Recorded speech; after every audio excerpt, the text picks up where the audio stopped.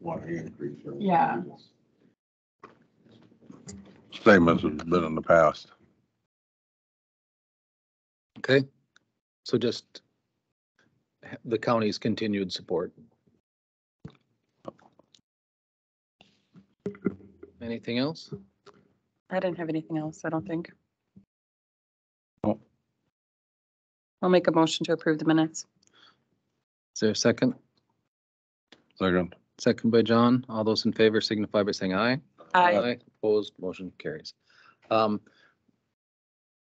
We're gonna probably, if it's all right with everyone, just kind of skip up to Paul right now. He's got to get over to Hubbard County for their board meeting. So let's try to get you on your way and get plenty of time to make that meeting over in Hubbard also.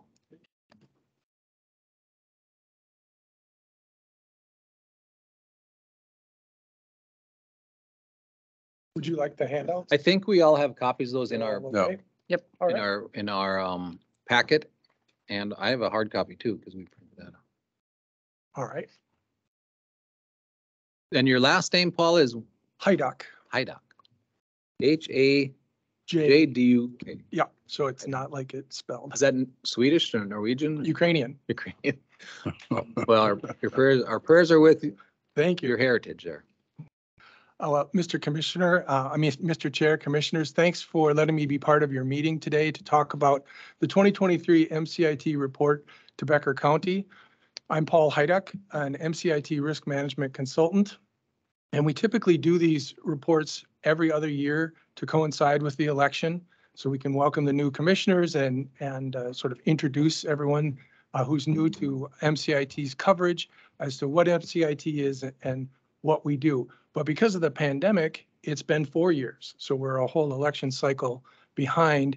And this is my second round of doing reports in this format to members, and I've been with MCIT 5 years. As you may know, MCIT is a public entity risk sharing pool and not an insurance company. And so we're sensitive to the needs of members with regard to coverage and services. And in the 1970s, affordable coverage was almost impossible for counties to find. So commissioners pooled their insurance money and decided to provide the coverage and services themselves. And 44 years later, your MCIT board is made up of commissioners and auditors and administrators, and they come from where you are. And so they operate MCIT with an eye towards your needs because your needs are their needs. And we cover 81 of the 87 counties and over 390 other county-related entities, soil and water conservation districts, agricultural societies, historical societies, lake improvement districts, and so on. And the 6 counties that we don't cover, Anoka, Dakota, Hennepin, Olmsted, Ramsey, and St. Louis, all self-insure. Becker County joined MCIT in 1981, so really a charter member of MCIT. So you've been around for the 44 years of success, and that's really been because of MCIT's dedication to addressing the changing needs of members and members' willingness to reduce the frequency and severity of claims. And I would add not treating MCIT coverage and services as a commodity.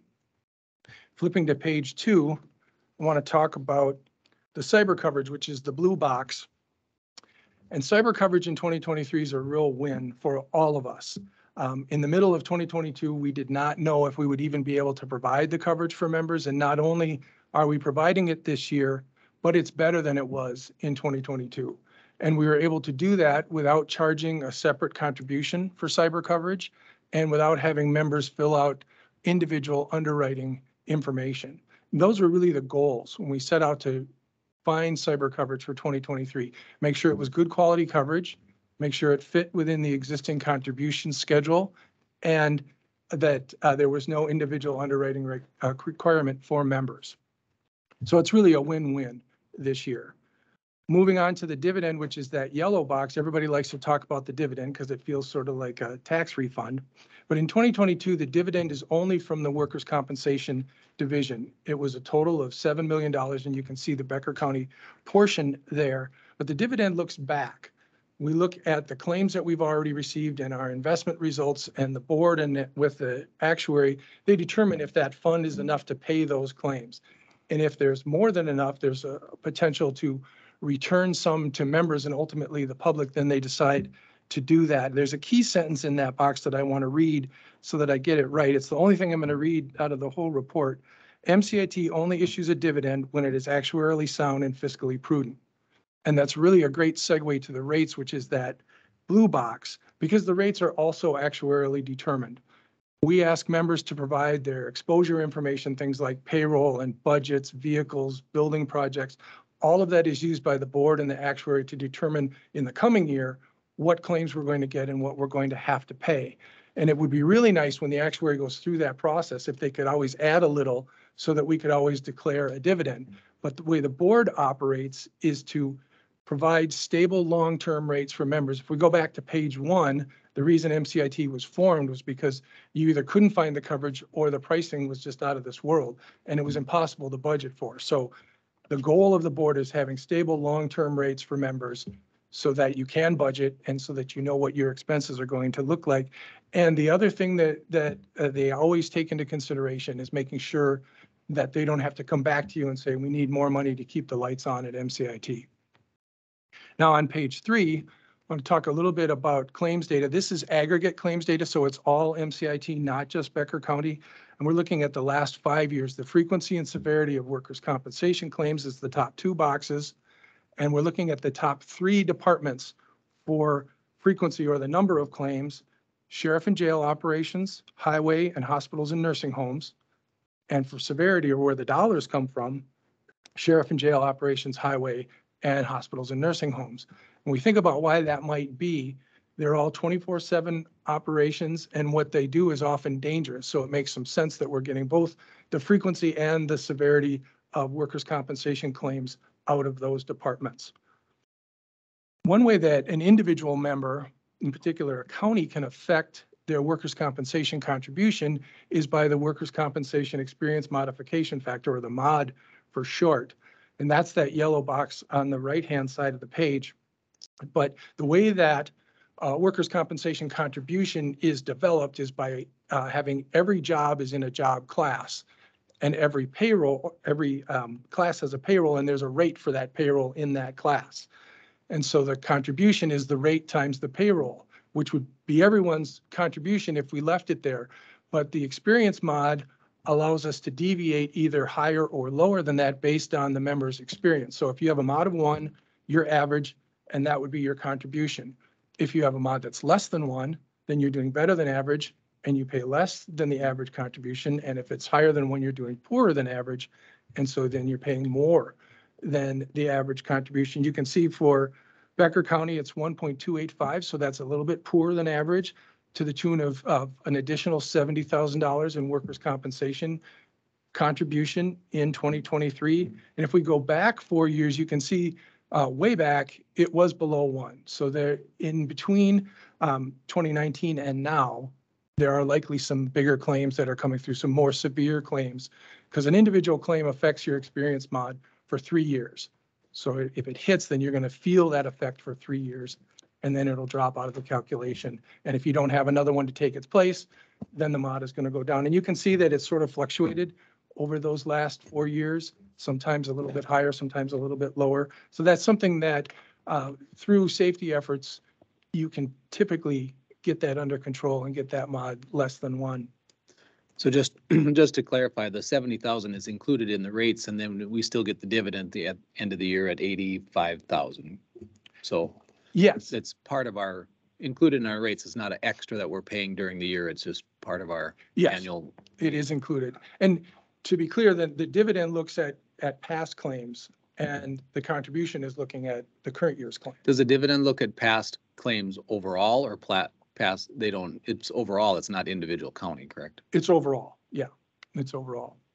So the contribution is for the current year, and the dividend is for prior years. So you can be in this situation where you get a dividend and yet you have a mod that gives you a slightly higher contribution.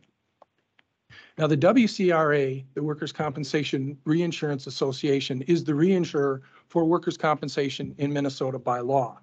And in 2022, they declared a surplus, which was rather unusual for the WCRA.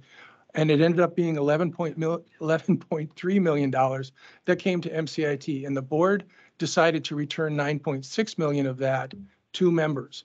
And so the Becker County portion of that was 142,838. That was it's an unusual thing. We've seen them in the past, but we've been around 44 years. So there's quite a bit of history there. So we don't expect this is something that's going to continue as kind of an unusual dividend from the WCRA. Moving to property casualty claims, here we're going to look in these two graphs at the top three coverages by line of coverage. So for frequency or the number of claims, it's auto claims, property claims, and general liability claims, and severity, or where the dollars are, coming from auto claims, property, and law enforcement liability. So looking into why that might be that these groups of coverage are where we're seeing claims. We cover 11,600 vehicles and trailers statewide. So that's a pretty big pool of risk for vehicles and trailers. And if you've tried to get body work done on a vehicle, you know it's very, very expensive. That price has really shot up, and that's showing up in these dollars here. Property, we have $7.5 billion covered statewide, another big pool. And the last couple of years of storm activity are really showing up in these dollars. And then the last one, Minnesota counties haven't been able to avoid the nationwide trend in law enforcement liability costs, and we're certainly seeing that as covering law enforcement activities. Now on page 4, I want to talk a little bit about the services that you get with MCIT, and these services come with your contribution. So it's not an additional cost to have me here or to have a loss control consultant working with staff. Your loss control consultant is Nick Lindberg. I'm your risk management consultant, and we provide services to help members reduce the frequency and severity of losses. And we have this picture here on the upper left-hand corner is my colleague Tom working with a county and the county fair, because in this particular case, the county owns the land and buildings and the fair owns everything else. And if they had a storm go through, making sure that everything that's on those grounds is covered, one member or the other, is very important, so that neither one has to hear that a representative say it's not scheduled, so it's not covered. We're trying to avoid that. We're trying to make sure that everything is covered. And so that's part of the process that we as risk management consultants go through to help members. The next picture down is an example of in-person training, and we do webinars and seminars and hybrid training, things like our coverage review, our workers' compensation workshops, risk management workshops, and presentations on government data practices, on building a positive safety culture, and navigating land use decisions. And in March, we did a cybersecurity webinar for the county attorneys. And this was taking experts that we have in our new cyber program, forensic experts, legal experts, and coupling that with our coverage expertise to provide an informational session for county attorneys. And actually, it was a little scary because the consultant that works on the forensic side took us out to the dark web and showed us county data, not Minnesota county data, but county data that was just there for sale. Not that the county was being stopped from operating or couldn't do their work, but their data was just there for anyone who wanted to buy it. So that was kind of sobering. Now in the upper right-hand corner, we have examples of our award-winning awareness and prevention materials. These happen to be cyber related as well. I think you can see there's a little bit of a cyber theme going through here, but the essentials of data security for public entities and the cybersecurity self-assessment are really best practices tools, because one of the things that we have to do as public entities is make sure that our data is secure. A side benefit of doing that is being eligible for insurance coverage, but the important thing is having your data be secure. So these are best practices tools, and in particular, the self-assessment is 35 questions that are the same ones that an underwriter would ask if you were looking for outside cyber coverage. So it allows you to determine whether you are best practice in each of those 35 areas in your data security. And as I said, when we put together the 2023 cyber program, members did not have to provide us individual underwriting data. But we don't know what's going to happen for 2024. Cyber insurance is such a dynamic area right now that we don't know what the requirements are going to be. And so it's quite possible that we'll be coming to members saying, here's a questionnaire to fill out, which will look an awful lot like the cybersecurity self-assessment.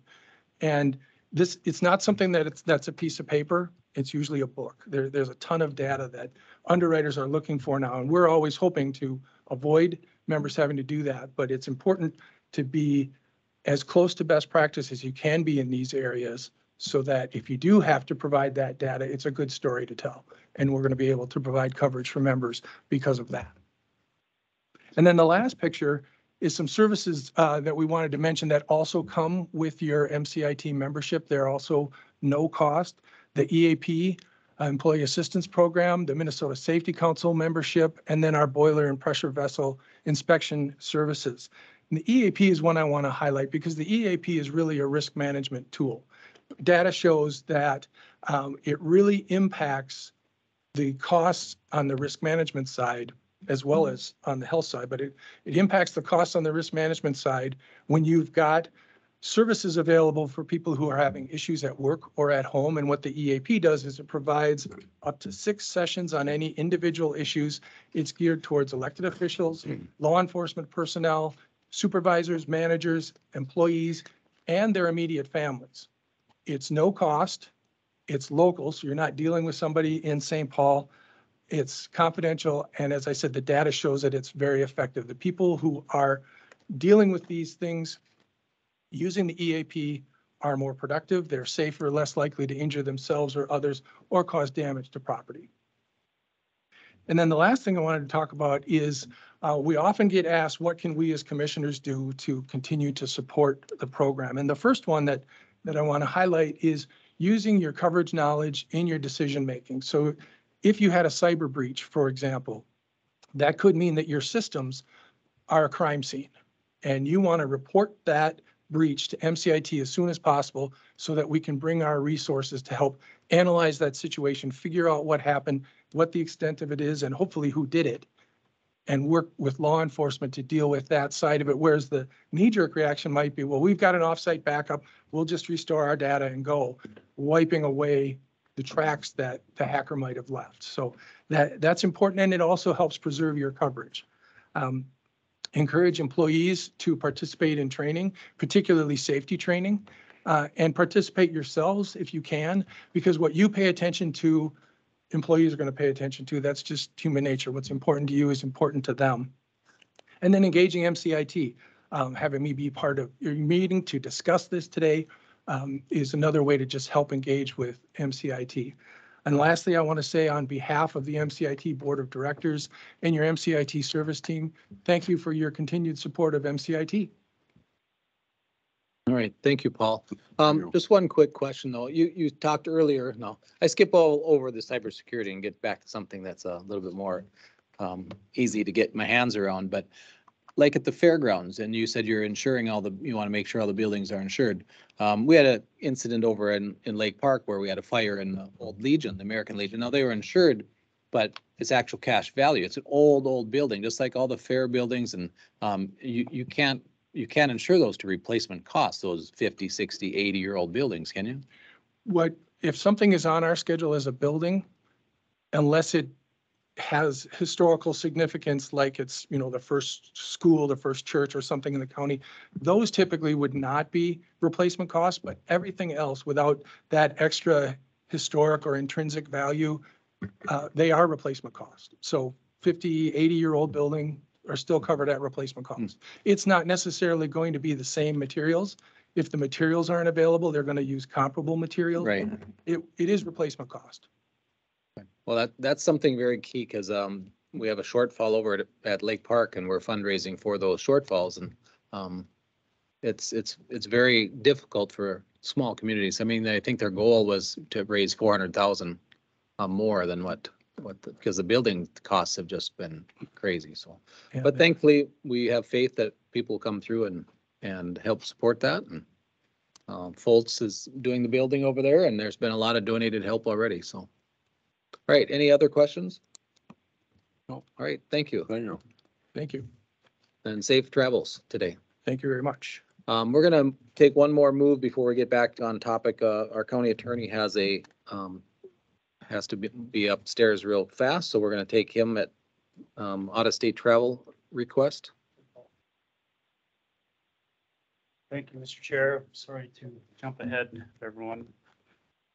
Commissioners, I'm here this morning to give notice of intent out-of-state travel at the end of September. I applied for a digital evidence course for prosecutors through the National Computer Forensics Institute. It's in Hoover, Alabama. All travel expenses are covered by the Institute. Some meals are covered, hotels covered.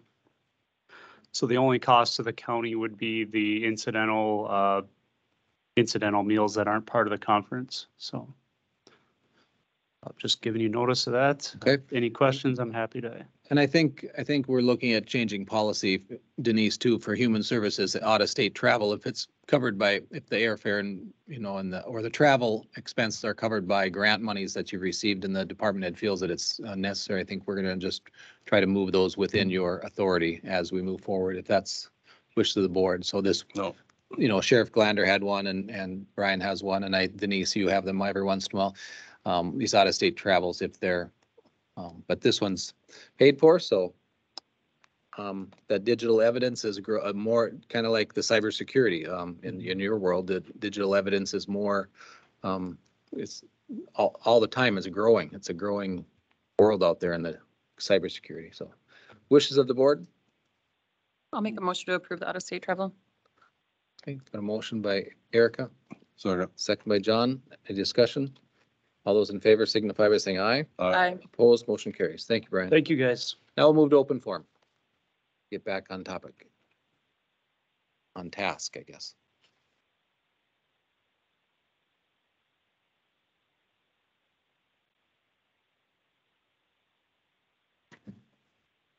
Becky, you didn't want to be an open forum, though. Rick Anderson. I didn't want to speak. No, I'm on the agenda. I just signed it. Oh, okay. Yeah, I'm Rick Anderson, just citizen. I have a few broad questions about the budget and that type of a thing. I spent most of my career in the private sector, so I'm not as familiar as to how the county operates on their budget. Just out of curiosity, are you guys on a calendar year? Yes. Calendar year. We are on calendar year, and the state is on a their fiscal year ends June 30th. Mm-hmm. So sometimes we have been cut state funding in December, and it's in their mid-year, and it's our end of year. Governor Yeah, Valenti so- did that on allotment in December, and we were blamed for not being able to keep our budget. That was quite- But yeah, and that does make it a lot more complicated. So I'm just curious as to how the budget, Pat puts together a budget and everything. How is that compared to ongoing expenses during the course of the year?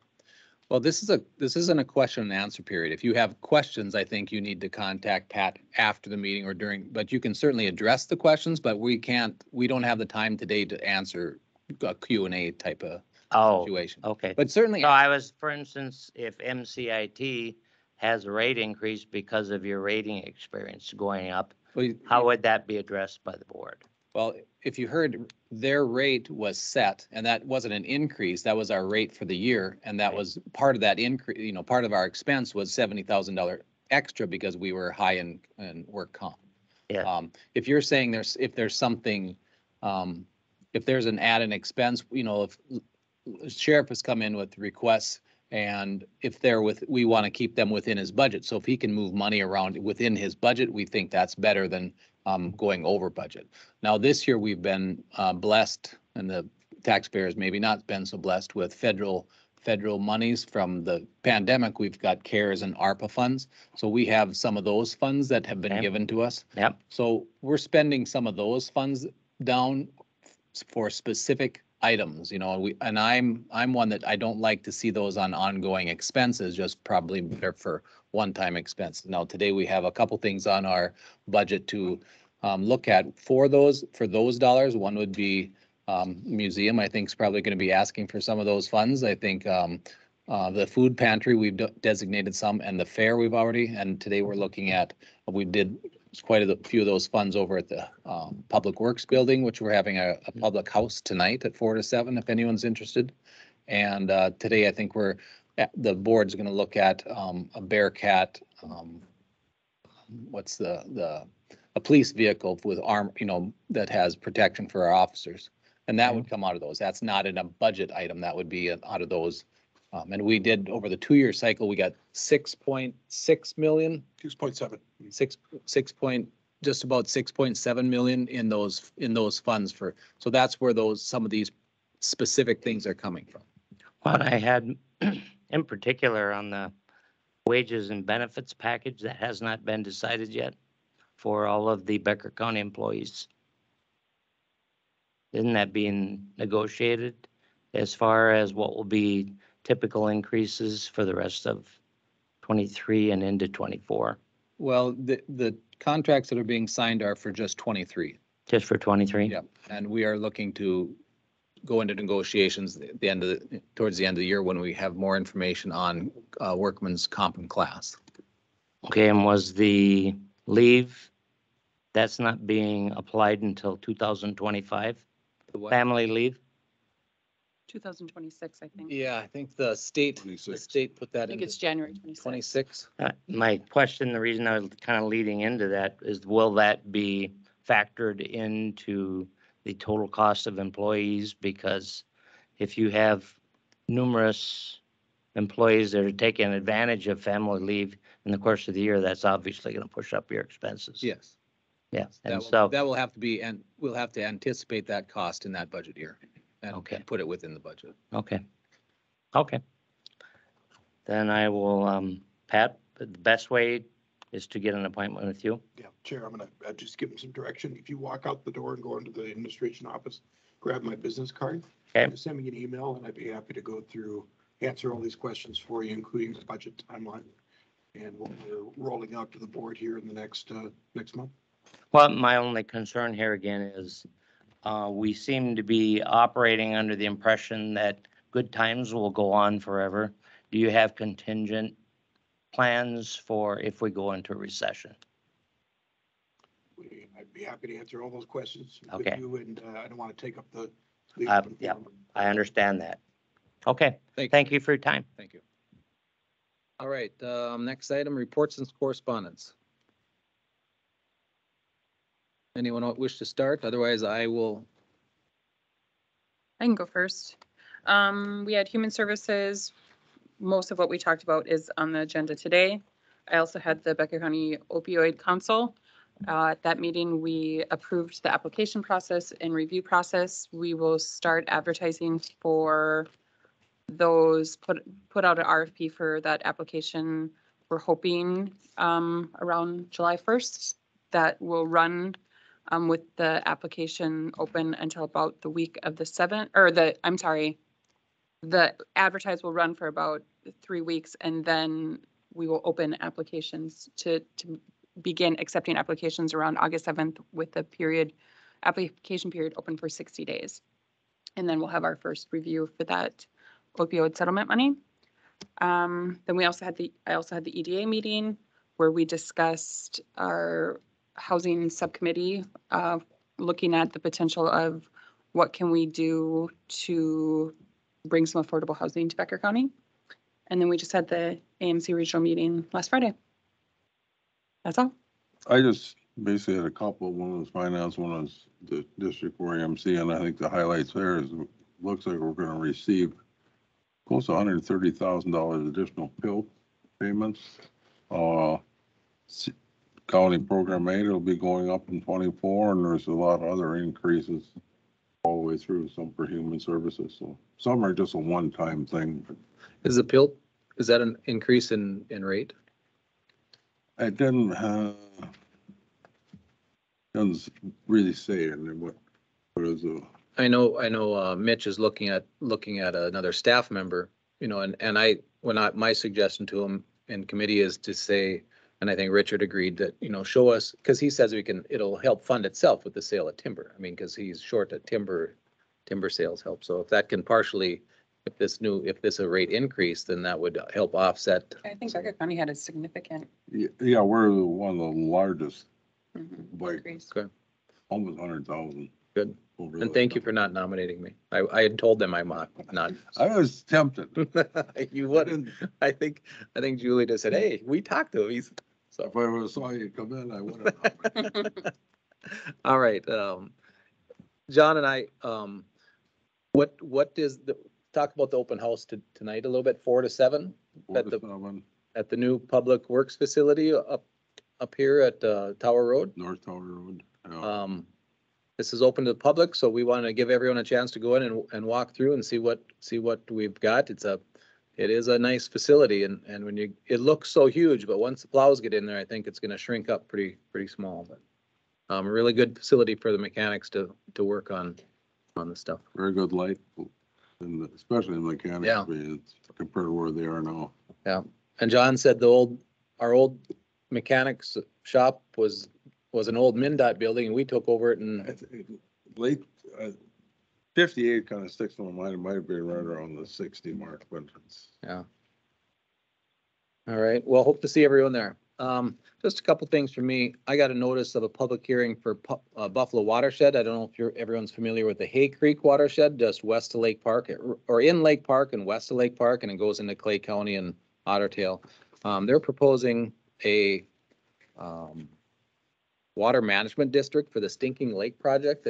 I don't know, the Stinking Lake was put in many years ago, and now they want to tax $35,000 a year for maintenance on the Stinking Lake project. So that is going to be held July 10th down in Barnesville at 5:30. I will be attending as a landowner, not as a commissioner, unless you send me with some, but I think downstream floodwater control shouldn't be held totally responsible for the landowners that are doing projects on their land, holding water back already. So this was going to cost me about $2,000 a year, I anticipate. So it's not a small chunk of money just to maintain something that's benefiting everyone downstream. I'm going to discuss it and see what. Had the library, they are increasing the signatory request. I think Pat has sent that out to everyone. I think it's about a 3% increase in the dollar amount of $12,395. So Becker County's total 24 requests is $427,690, and Detroit Lakes pays also for $248,010. If you're aware, this is a state. There's a state formula that sets these rates, the percentage of the rates. So that's, and if you don't donate it, you lose hours. That's kind of, I mean, if you don't, and we've always supported it. The Detroit Lakes has a new library director and hub supervisor. I can't remember her name, but it wasn't even on the print, but they did tell us they hired someone, so we have a new person over there. So if you have a chance, stop over and say hello. And I also went into the Heartland meeting. I got my notes here, and Jim and Steve was there, and if I can find my notes here, they were. Sorry about this. Richard, do you have anything in the interim when I'm looking here? No, I just had EDA with Erica.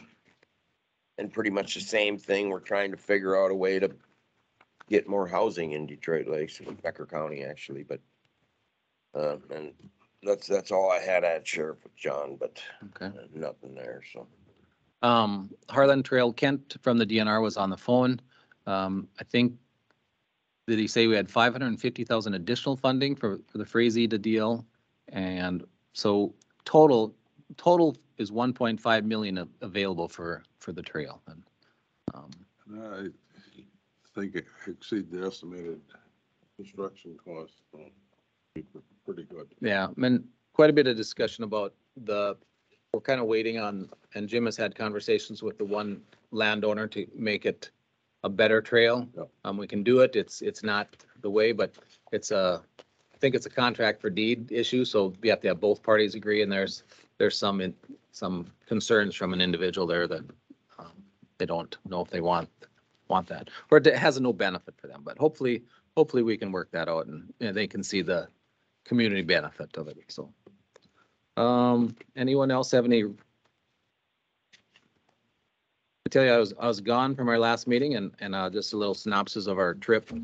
We went to Iceland and Sweden, had an amazing trip. The kids liked Sweden much better than Iceland. Iceland is a very cool country. Cool as in cold. The highs are in the mid 50s all summer long. A lot of daylight. So, Yeah, that was part of finance. I think everything else should be on the agenda. Pat, do you have anything to add on appointments? If not, we can, No, nothing on appointments. we can jump up to Becky, I think. No, is there any appointments to make? Any appointments, anyone? No. Okay, Becky, Morning. morning. I'm coming with a request. Do you want a little bit of a museum update first, or? We are slowly getting the doors open to that museum. We opened, if you're not aware, in March. We actually kind of ended up moving in on top of the contractors a little bit, as John was aware, and Commissioner Meyer were aware. But the first floor we could access was that upstairs floor, which is that science center. So that was the floor we were able to open first. We opened our doors in March officially, and our attendance with families has just skyrocketed. I was just looking up numbers as I was waiting.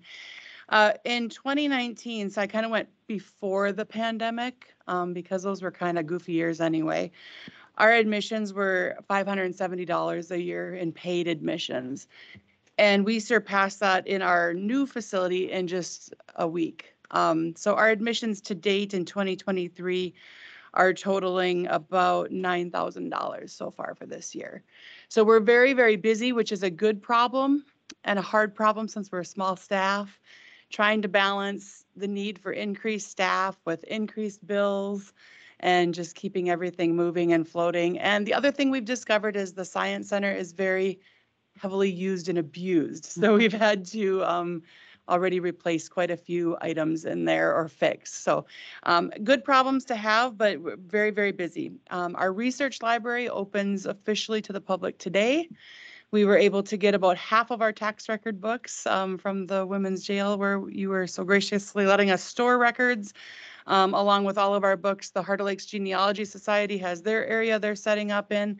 And last Friday night, Colin Peterson did a private unveiling of his area. You may recall a few years ago when he retired from office, he donated his entire desk, his memorabilia, but most importantly, that legislation that he has. So someday, in the not so far future, those will be digitized and scanned and be made available to the public, which will hopefully drive a different set of researchers into our facility to look at those ag bills and so on and so forth. So that was a great event on Friday night. Our history floor, we had anticipated to be opening this week. The parking lot is still a bit of a mess over there. They're going to be paving towards week's end here. And the Holmes is very busy this week. And when I asked the question a few weeks ago, when that was going to be done, I couldn't get a solid answer. So we actually bumped our history hall opening to July 7th. There's nothing happening at the Holmes. It'll be quiet there. Parking lot should be done. And it's kind of that sweet spot between 4th of July and Water Carnival. So that is our anticipated opening of that history floor level.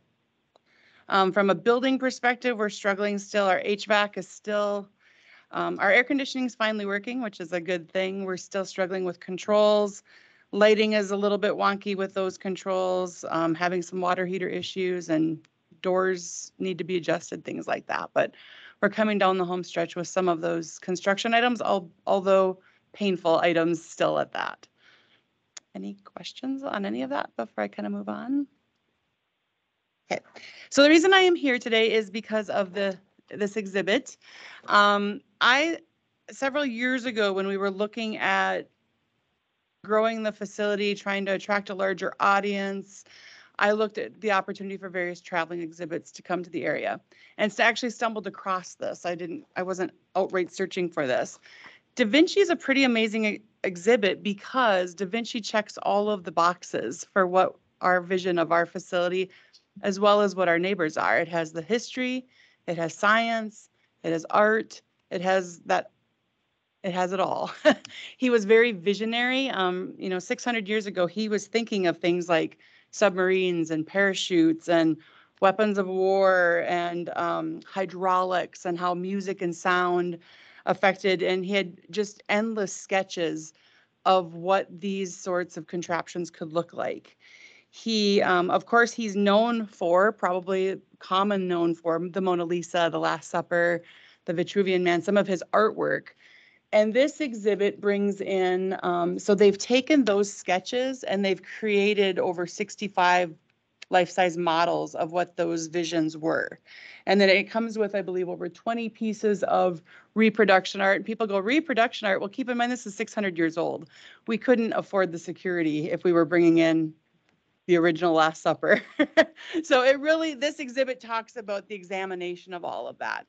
It's large. It would take up a good, pretty much our main floor, as well as a good chunk of our basement. Originally, my thought was we would, when I was looking at this about 5 years ago, that we would maybe split it between the upstairs and the main level.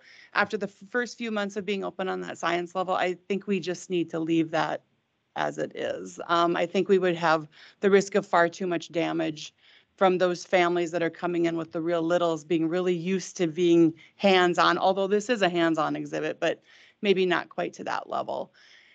So we've talked with the company. We are able to bring it into the basement, which after being in a facility where we didn't trust anything in the basement is pretty amazing. The price pre-COVID on this was lofty but achievable. Post-COVID, it almost doubled. And I kind of, when she called me, I said, this will never happen in Detroit Lakes, unfortunately. About a month and a half ago now, she called and she said, we have a gap. It's going to be in Billings, Montana this summer. We have a gap from a routing perspective. You would work. And so I talked them down to a little bit lower, that 90,000 mark, which is actually lower than it was pre-COVID. And it's still a very lofty goal for money. Financially, we have to get about halfway there in sponsorships to make it work from a ticketing standpoint. These are people who come to these exhibits are used to paying an additional fee. Our members would have a reduced fee. Adults would have, I want to keep it under $25. Ideally, I'd like to keep it at 20 because I really don't want it to be a hurdle. When I presented to the city last week, they really they did sponsor. They also want me to come back in the fall when I have better enrollment numbers and we've had liquor sales through the summer. They took it out of the liquor fund. So they'd like to consider trying to figure out how to get all the DL schools there at no charge.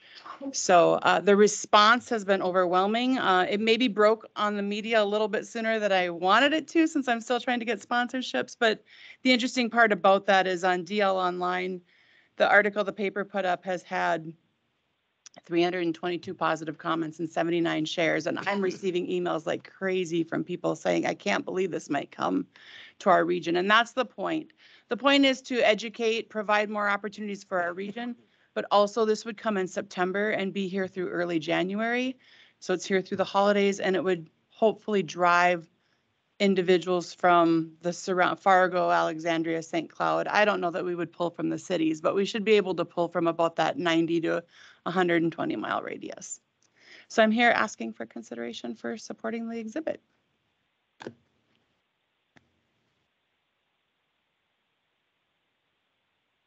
And you said that was this fall, you think, or next? This fall. This fall. So it'd be September, it's on the bottom of your little flyer, September 17th, I believe, to like January 7th. Well, those times are definitely past our rush for tourism. And I just happened to be, I won't say the business, I was in a business and I was going to be buying something, and I heard the conversation in front of me was like, we need to attract more people in the wintertime here to Detroit Lakes to keep that tourism dollar coming in. And boy, did you hear that? Did you plant that seed in my head or what? Because maybe subliminally, no. This does sound like something. I actually wish it was actually a little bit later going into the more winter months to attract more. Well, I think Polar Fest has done, I don't know where the Ice Palace will land. That's been under our umbrella too. We haven't had a serious conversation about that yet this year, but Polar Fest did do a great job last year, even without the palace, of driving in quite a few people, which would be right after this. I think that what people are impressed about Becker County and this area is that we just kind of go for it. I mean, if you think back to 7 years ago when we were talking about an ice palace, people were like, oh, I don't know. And look at what that did for the economy and tourism. And I think people have to remember too that the ice palace was was we weren't really the Ice Palace. We were supporting the Palace in St. Paul, and what it turned into when they decided not to. Exactly. Detroit Lakes decided to pick up, then we're going to do it ourselves. And it's quite an accomplishment for the team that was put together that did that. So what did the city say that they were looking at? The city did 5,000. We are about we're a little over halfway. So my goal was to have 45 to 50,000 in sponsors, and that put us at the halfway mark, that $5,000.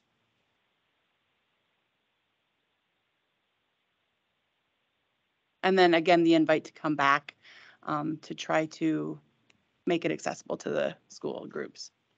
I would like us to contemplate this, and when Dave comes back, I'd like him to have input also. And we can, when do you want a reply by?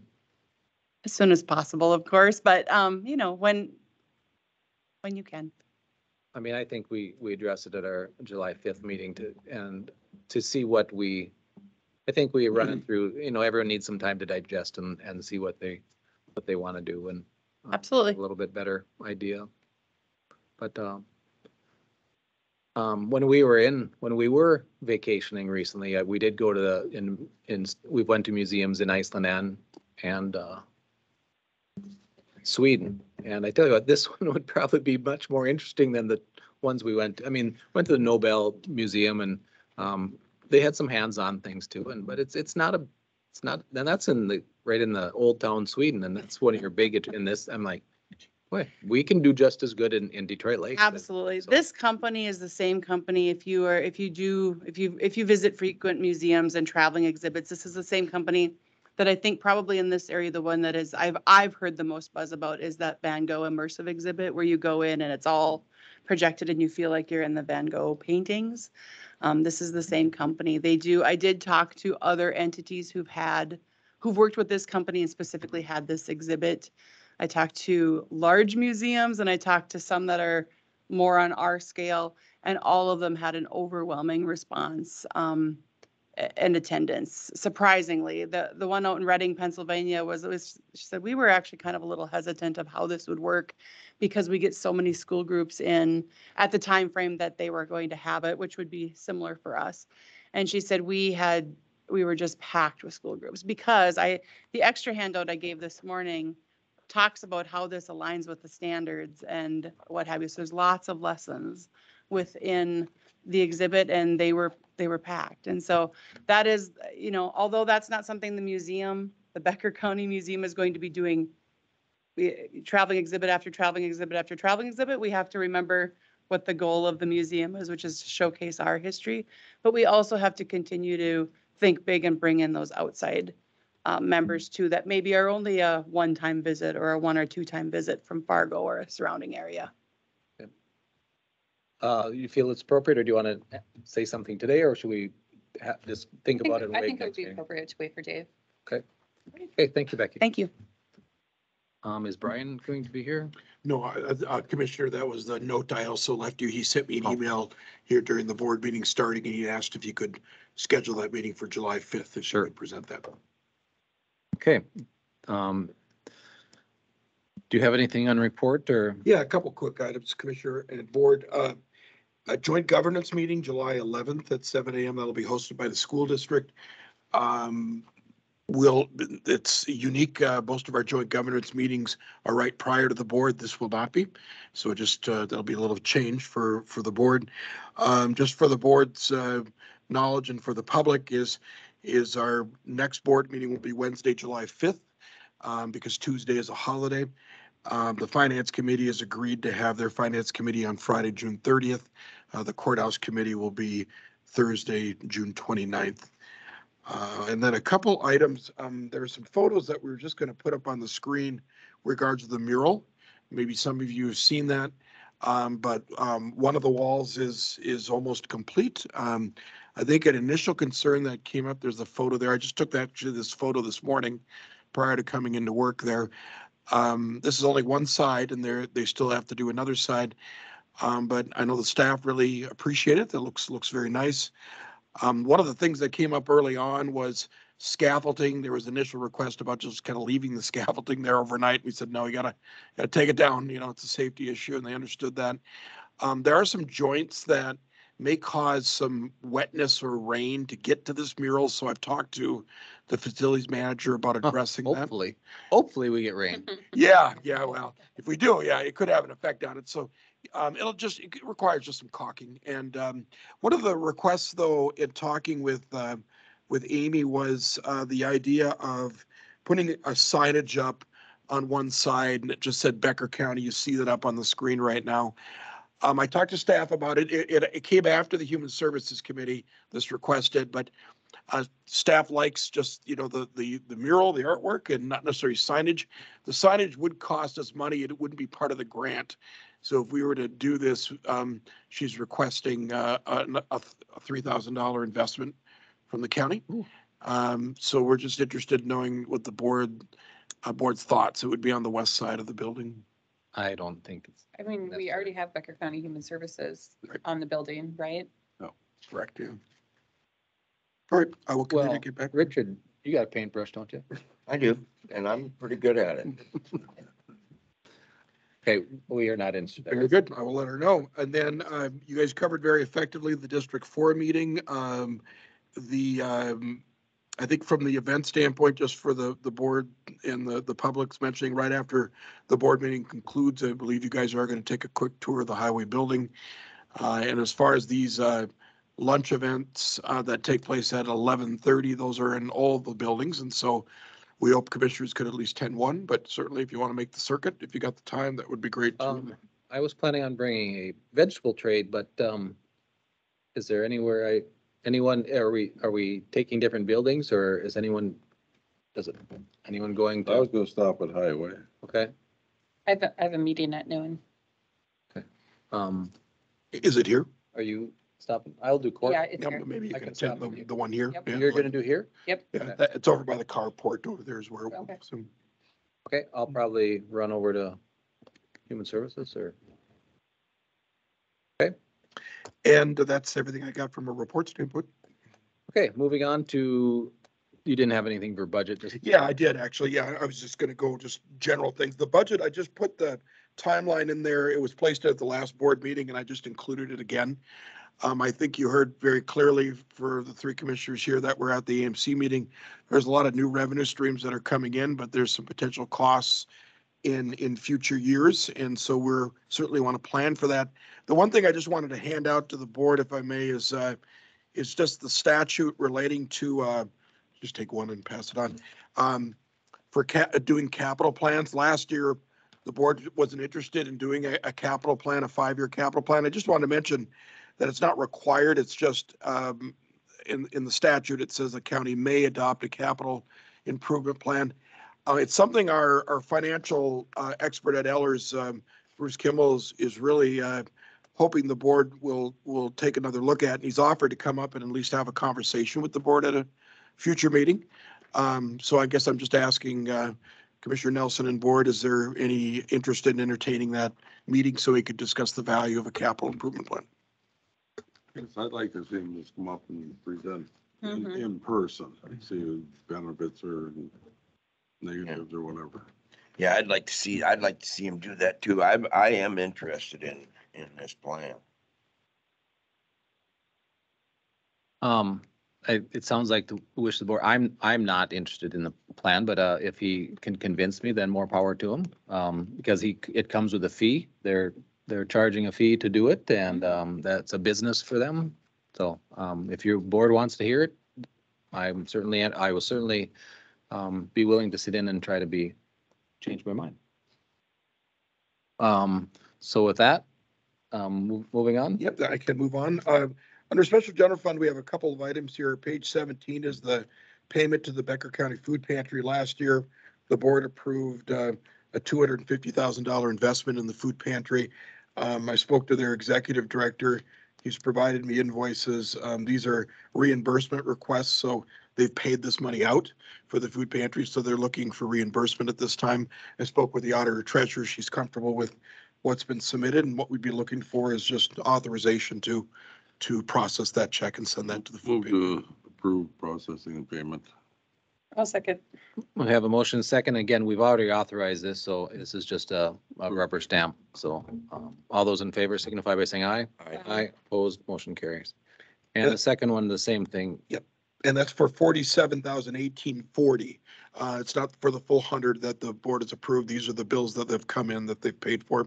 They're Was the looking for amount reimbursement. 47,018? Yeah, it's 47,018.40. Yep.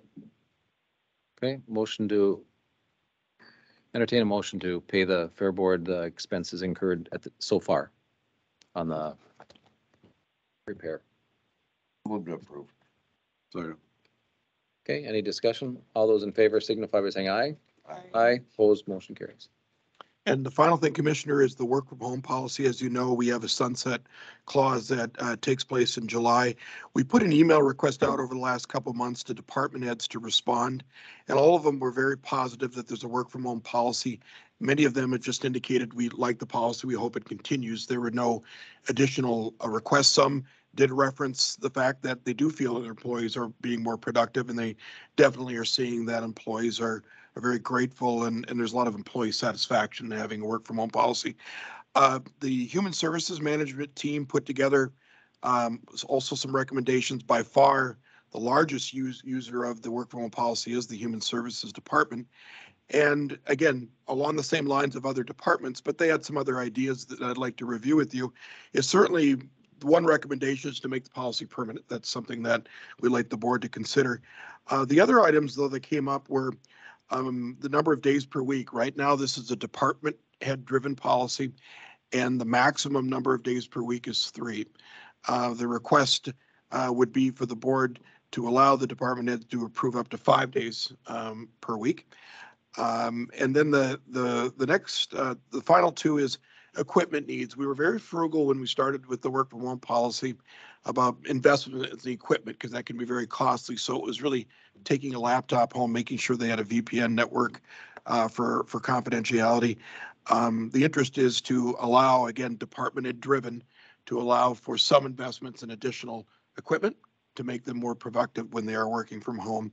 And then finally, probationary employees. Right now, the language in the policy does not allow for people on probation to work from home.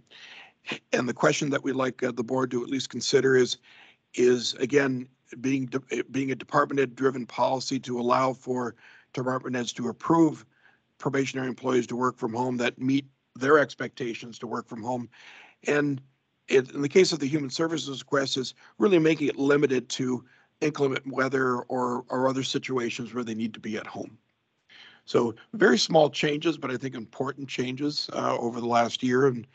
But I think that it starts with, will the board entertain the concept of making it permanent? Was there also change to allow flex schedule? Well, if the We board, discussed that at Human Services. yeah, it was there. Thank you, Commissioner Jepson. Yeah, with a 5-day work week, I think that allows, and because it is department head driven, allows for that flex policy to work. I think the challenge that the department had is when you had a 3-day work week maximum that you could work from home and had a flex policy within that department, they didn't mesh very well.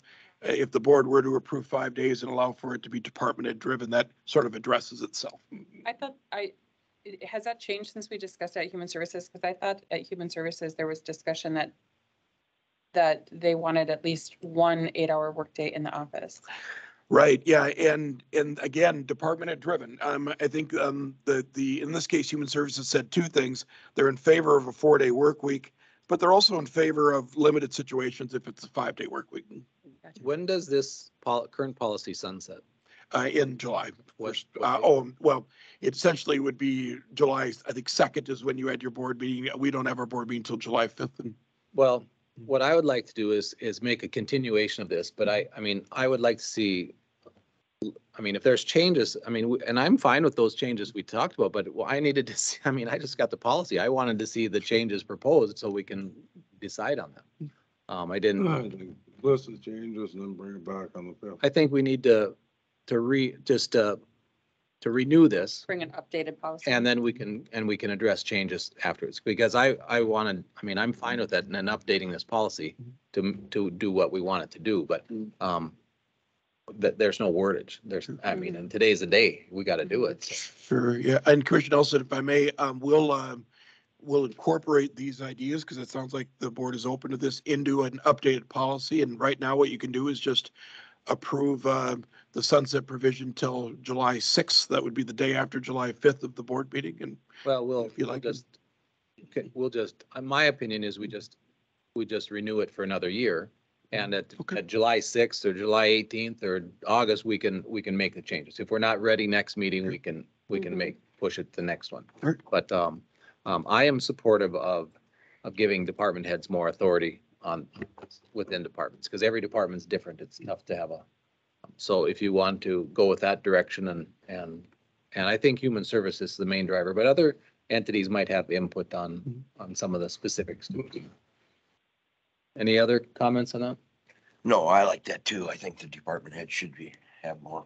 So we need a motion Flexibility. to, what would we do? Just, continue. to extend or to renew the work from home policy, for another year, as the motion, with the expectation that we are going to make those modifications in the next, few weeks.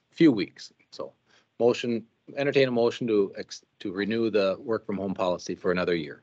I'll make that motion. Motion by Richard, I'll second. second by Erica. Any discussion? Again, with the expectation that we are going to make changes in the next few weeks, in the next couple meetings. So, all those in favor signify by saying aye. Aye. Opposed, motion carries. That's all I have. Okay, Mary, claims.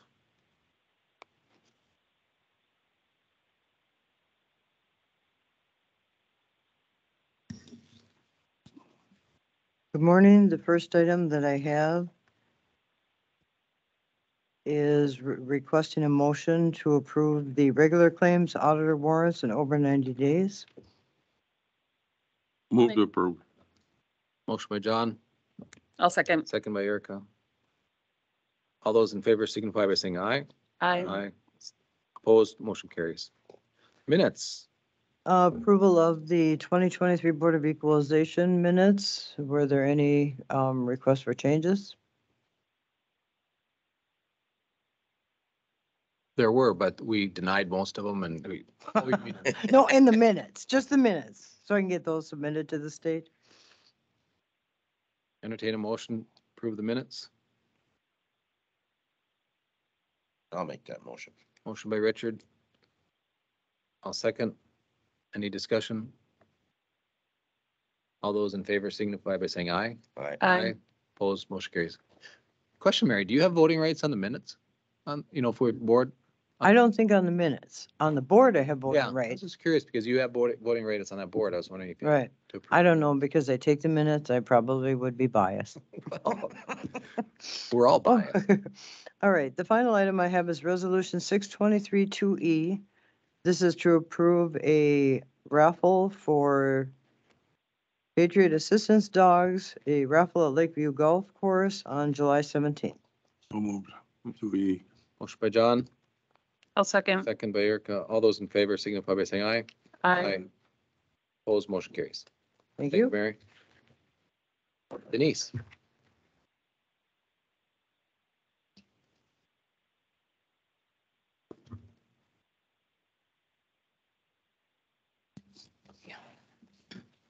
Good morning. Good morning. Morning. The first item is the Minnesota State Fraud Prevention Investigation Grant Renewal. This renews this grant for 2 years, beginning July 1st. And the amount is $95,172 for both years. I'll make a motion to approve. Second. Do we have a motion and second? All those in favor signify by saying aye. Aye. Opposed, motion carries. The second item is the Public Health Medica Foundation Innovation Grant. It would run now through December 31st of 2023, and the amount of $3,916. I'll make a motion to approve. Second. Motion second. Any discussion? All those in favor signify by saying aye. Aye. Opposed, motion carries. And last item are claims for human services, public health, and transit. Move to approve. Motion by John, Second. Second by Erica. Any other questions on claims? All those in favor signify by saying aye. Aye. Opposed, motion carries. Thank you, Denny. Thank you. We've done the attorney, so we have the sheriff.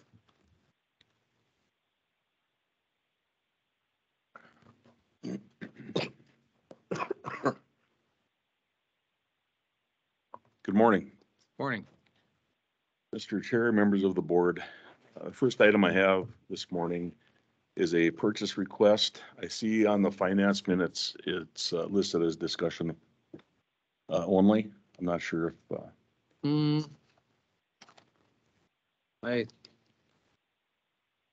not on the regular agenda, on the minutes from Friday.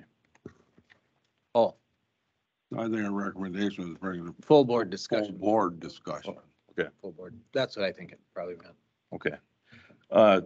So we have discussed this at the board meeting about a month ago. The purchase of a Bearcat patrol, or not a patrol vehicle, but a vehicle used for emergency purposes. The quote that we have is good for 90 days, and that is $320,620. That's with an additional attachment for some special uses that we would have, may have. We just had a active integrated response training at the high school for 3 days. It was put on by FEMA. It was free training for us. And most of our department responded to that, or excuse me, went to that training. One of the instructors at that training said that he's a lead instructor for the training. He's a former, not a former Marine, once a Marine, always a Marine. He was deployed many times overseas as a contractor, tactical team leader at Sandy Hook, and a bomb technician oversight for the Boston Marathon bombing. And in his words, he said a Bearcat is an absolute necessity in today's world. I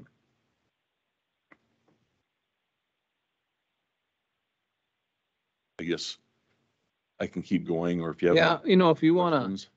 I think that, talk about that training and how it would, maybe how it would be used, or what, Okay. what usages we're looking at there. So we had the training again at the high school, and we had over 50 different people from several different agencies, including fire and EMS. And we put it all together that in an event such as a school,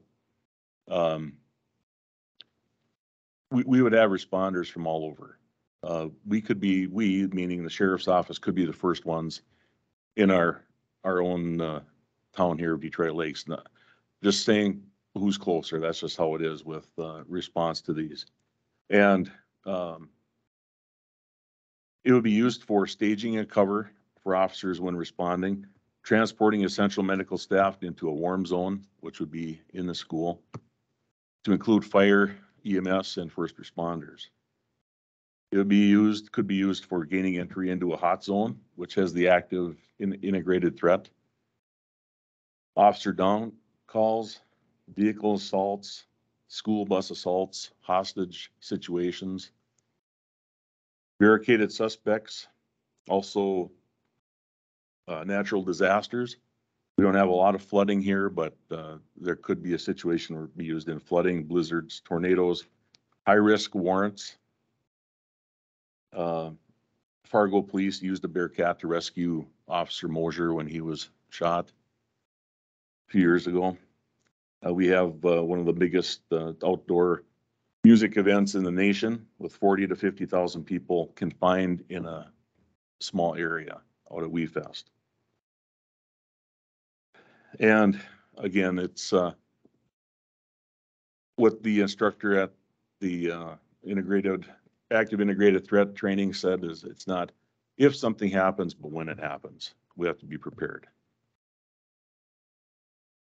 There are situations that you can look at or think about, in you're discussing Officer Mosier. Your other officers are going to go in there, whether they have a machine or not. They're going to go help that other officer. So to put someone else at risk, I mean, for their life, I mean, they're gonna do it. And I would. If you have someone that you're a colleague with, you're gonna go after them. So if you have the right tools, at least you can try to minimize those threats. That's my opinion. Our old one is not functional. So, It is not. and we are joining a SWAT team, a SWAT group that we have to bring something to the table for that, in my opinion. I don't know if the rest of the board is ready to move on this. I mean, we had some time to think about it. Dave's not here today. But I guess we need to, I'd like just some dialogue to see if the rest of the board's ready at this time, or if we want to discuss it and ponder it a little bit more, but. This, I just want to verify, this would be used with the special funding. This would, Yep. this would Right. come out of our special revenue fund, our former ARPA funds, which we have spent up to date, and you have to check my math, 2.344 million, 784. That includes the food pantry, the fair. Oh wait, that includes the sheriff's request. That includes, because I just added these all up. It also includes the wage increase for this year out of ARPA funds, and we have not approved that yet, but we're going to probably have to approve that to come out of that. But that includes that also, that what we have, and we, according to Pat, just shy of 6.7 million, I believe, is what we got. Well, and I know you've got a document there you're looking at. We're probably, Commissioner Nelson, we're going to be adding a little bit more to that. I think it's fair to say we've probably have a little closer to 3 million that we've set aside or we've allocated or restricted, but that leaves about 3.7 million left. But that includes this. That, You what just- I've said, what we have incurred to date, includes the wage increase, the sheriff's request here at 347, what I had 347,870. What I wrote down in finance, food pantry and the fair at approximately 90,000. Also included, landscaping for the new public works building, appliances, and storage racks for the cutting edge, and Ponsford fuel tank replacement for 12,000. And also the scanning project, the High Points Network IT 282, the big ones, floor scrubber for the highway, transfer to EDA, Becker County provider grants, and another big one, UKG payment for auto treasure, 65,000. That includes all those payments. And if I could, Commissioner Nelson, and the reason I say it's probably closer to 3 million is what you don't see in there, because we're continuing to update and tabulate these records, is the digitize, the records for the 2 digitized projects. And then also the Min CCC was not added in there. That was an investment in the tax software system. But that's where I'm indicating it's a little close, it's probably closer to 3 million, but certainly there's revenue there to make investments as the board decides. Well, we got this on, day was it, Friday? Probably should be complete then, so Yeah, we're up well, to date. We just noticed that, and that's why I held off doing a review. I'll be, with 5 of you here on the 5th, we'll do a full review of it, but that's where we're at. Sheriff Blender, how long do one of these last? Do they say? I mean, I know it's Yeah, probably an estimate, but like, is this something that could last for years? 15 to 20 years is a good estimate. Well, how old is our current one? It was built in the mid to late 70s. But it's not up to our standards. That's Oh. 50 years. So we Yeah, should absolutely retire it not. before 50 Mhm. years. Yeah. But I think, because this isn't going to be running the roads very, on a daily basis. It Correct. is. So I anticipate a strong 20-year. For me, as I said, when we were presented this, I would rather us have it and not need it than need it and not have it.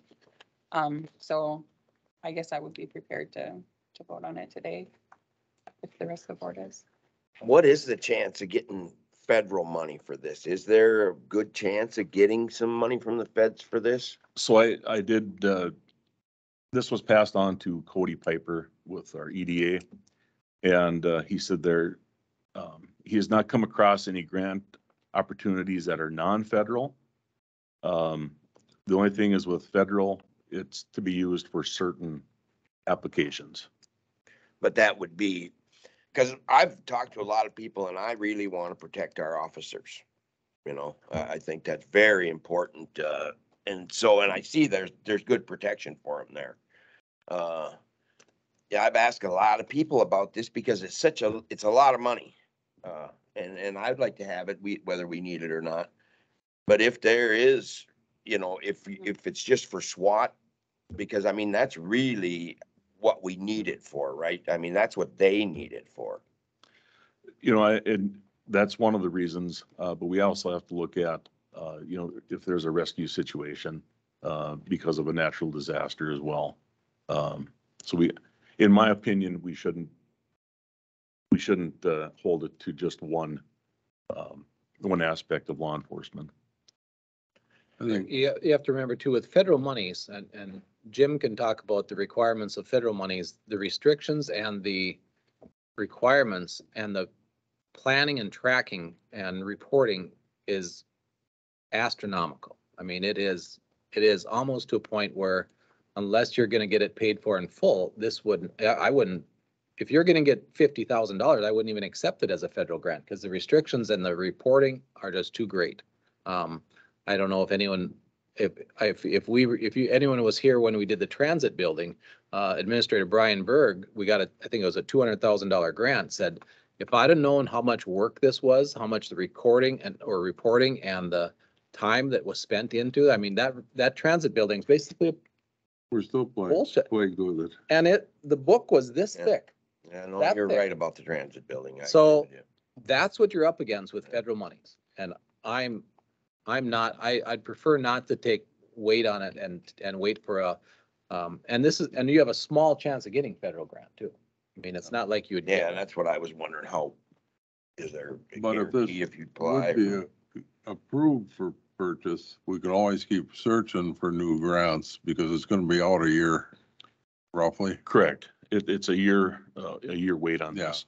And, you know, one thing we have to look at too is we don't have to pay for this until it is finished. We can make partial payments. And there is also a installment plan that we've shared. I think that was at finance. We I shared think the that. first time I looked at it, the interest rate was not something favorable for us when we have the funds available. That's a fair statement. This also mentioned how I think Clay County used theirs for a lot of snow rescues last year, Yes, correct. flooding and stuff like that. So it's Yeah. something that And can be another utilized for emergency. another type point out, rescue. you have Hubbard County, and they don't have this, but they have a vehicle, a similar type of vehicle that's a different, what's the name of theirs? That's not as, Yes. it's not as maneuverable and as ours, but they have a significant investment in and Hubbard County is far less financially, has far less financial capabilities than we have. And for us not to have one and all the surrounding counties having something to protect their officers, it would, if I was an officer here, I'd say, why don't, and you're applying for a job, why doesn't Becker County have this protection for the officers when other counties do? Right. And we're not putting people in jail anymore, are we? Really? Well, That's that pushes me towards this. And because we're not really putting people in jail like we used to, are we? it's for much more severe than what it used to be. Yeah, so The if you violent- don't get punished, then you're probably gonna be worse the next time you break. I think it's more fair to say that the punishment for there's less punishment for non-violent criminals, but I think for violent criminals, we're still on the same probably, Right. but we have more of them, and they're Well, getting. you know, that getting- little deputy in LA there, she got her nose broke. Then the guy took her gun, it misfired, she ran. They shot 5 times at her, it's all on surveillance, and he got negligent use of a firearm. And so, that's what I'm talking about. Yeah, I don't know the case. Well, it was just on the news, and so, he's not gonna spend very much time in jail for that. So that is one of my concerns where we're headed and where these guys are, where it's gonna put these guys, so. Can I just add one thing, Mr. Chair? You talked about the other equipment that the other counties have. This piece of equipment is much more conducive to rescue not only with officers, but also civilians. Those other vehicles, you have to basically climb up a ladder to get in. This, you do not. It's, And I think. Would say I pretty think much at with ground this, We level. will, I mean, we're obviously going to share with any surrounding county that needs assistance. We're going to be Correct. and again, fire departments, and I mean, there might be a case where we have to rescue a fireman that's right up on, so there's lots of situations where hopefully we don't have to use this, but that it would be a usage.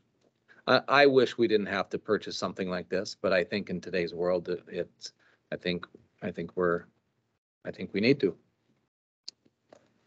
So I'm just questioning if the board's ready to approve it. If not, we can wait for Dave to come back and have his opinion. I don't know what his opinion is. I would assume it's supportive, but I don't know that. But so How long is the quote good for? You said 90 days? 90 days. And we're at 60-ish? I would say, yeah. Adam would have a better, well, let's see here. It's from the year quote, it's from May, isn't it? May 11th.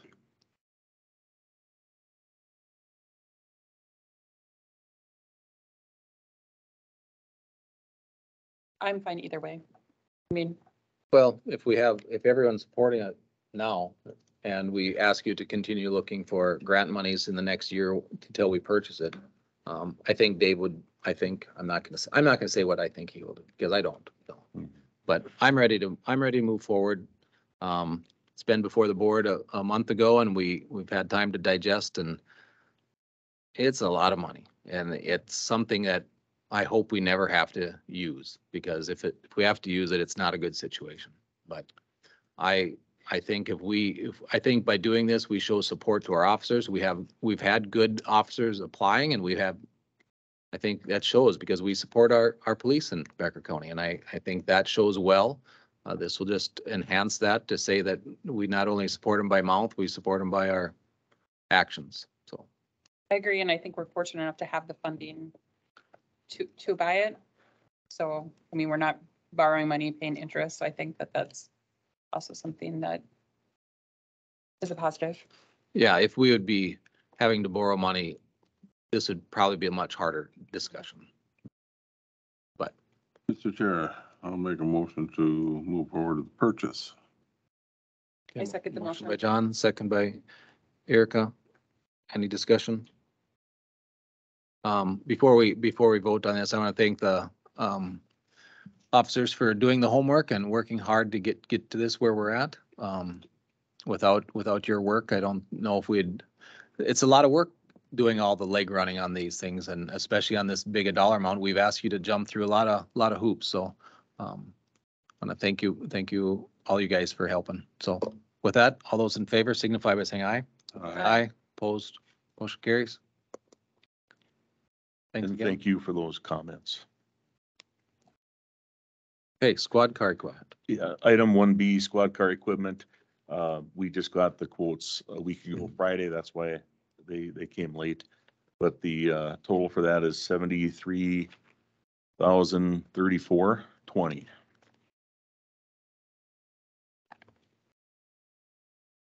Move to approve. Excuse me. 88 cents, not 20 cents. Okay, we have a motion. Second. Richard, second. All those in favor signify by saying aye. Aye. Opposed, motion carries. And I just want to add that is in our budget. Yep. Item number 2, grant approvals. These are renewals. Resolution 23-2A is the work release contract.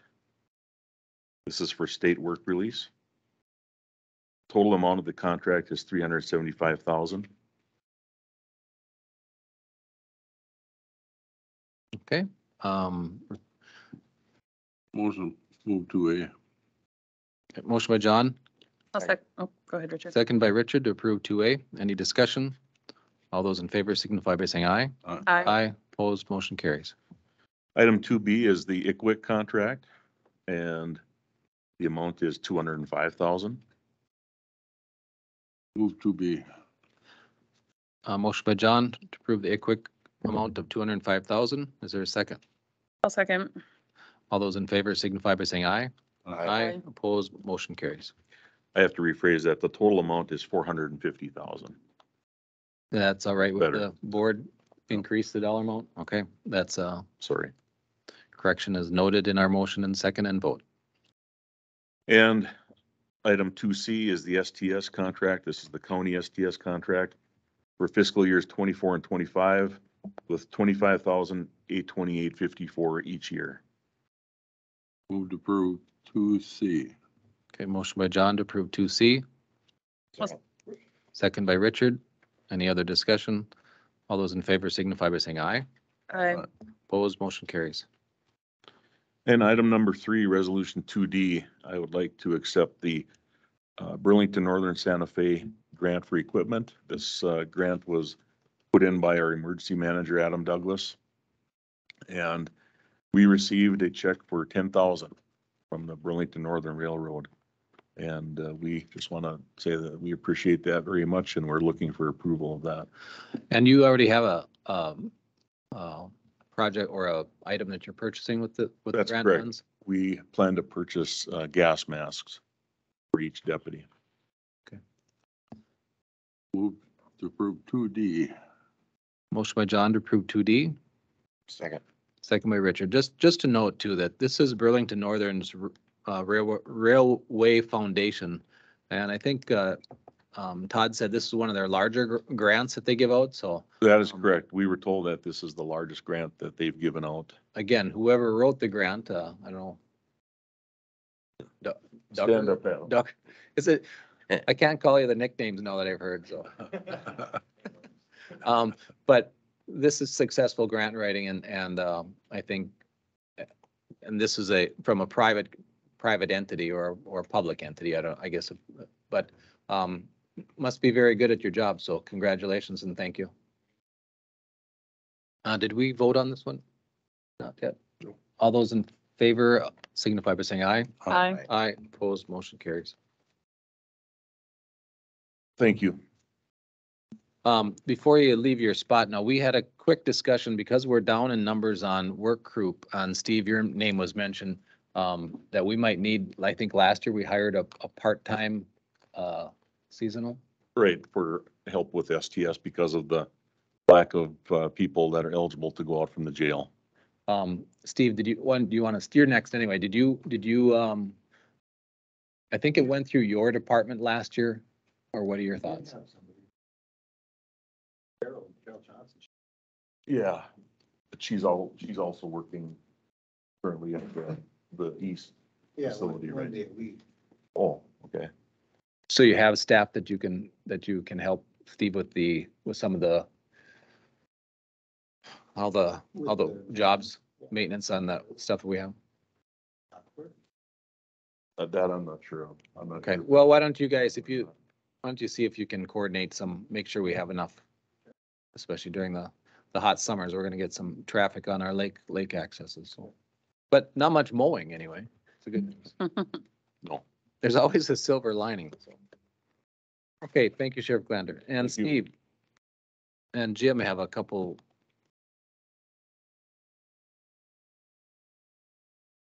Morning. Morning. Morning. I have a couple items. For natural resources, civil engineering proposal from Apex for $5,500 to do a site plan out at Dunlocks. This would be completing the plan, evaluating the parking, and then in the future, we'd be looking at getting some grant funds maybe to implement those. We could probably have highway actually do the oversight of the project. So we're asking for $5,500 to get into this contract with Apex to do the engineering out there. Make a motion to approve the engineering contract with Apex for $5,500. I'll second. Motion by John, second by Richard. Any discussion? All those in favor signify by saying aye. Aye. Aye, opposed, motion carries. Thank you. The second item is request to purchase a LP tank. Did you do naming rights on that shelter out there? Did you say Ocas? Ocason shelter? Sorry. if we got a big enough cash contribution, we'd probably. do that Yes, one, right? he does good at getting money, Yeah. so I put I my can get name donated. on there. 5,500 is, probably a good start, Yeah. John. Yeah. I'll get Roger going. Sorry, Steve. That's okay. The second item is a capital purchase request to purchase 18,000 gallon used LP tank. The tank, it's located north of town on a turkey farm, and we'd have it moved on site. To purchase this, the tank would be 99,204. There's probably about another $15,000 in extra expenses that are gonna go with this, because we have to hire someone to help us move it, and then put maybe some fencing around it, and then pipe it into the building.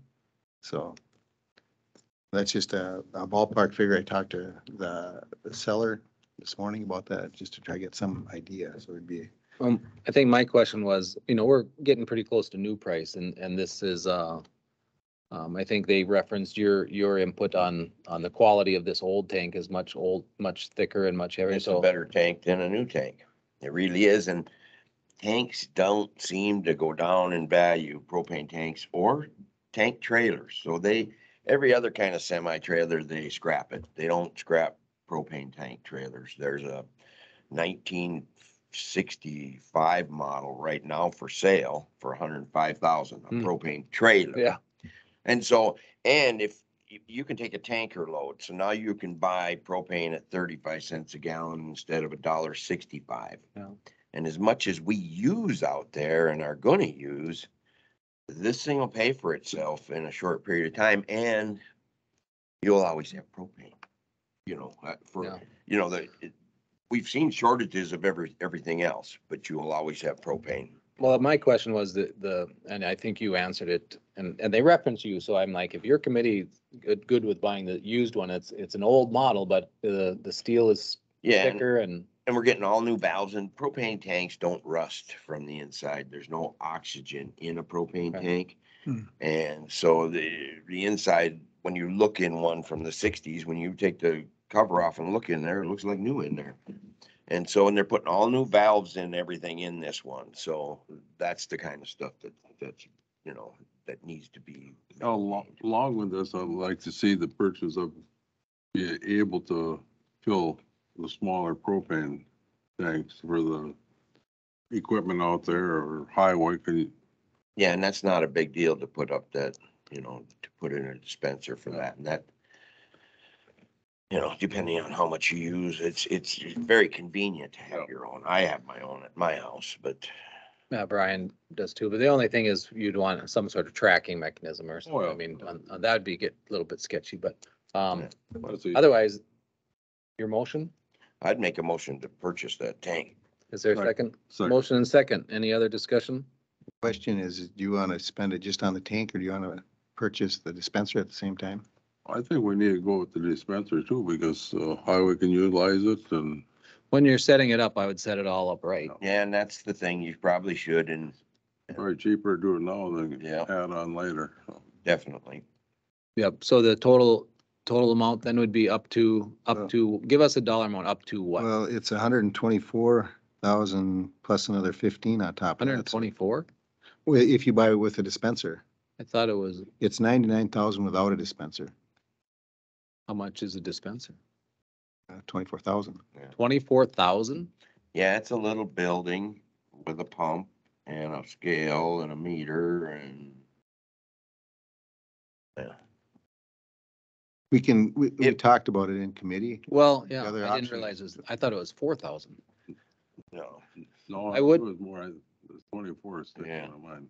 I I would thought it like, was a little high at the time, but there was quite a bit involved in it with safety shut off. there is quite a bit involved in it. We could make one, but it probably wouldn't be like that one. I probably wouldn't go in there. I have one in my house. You probably wouldn't go in there either, but,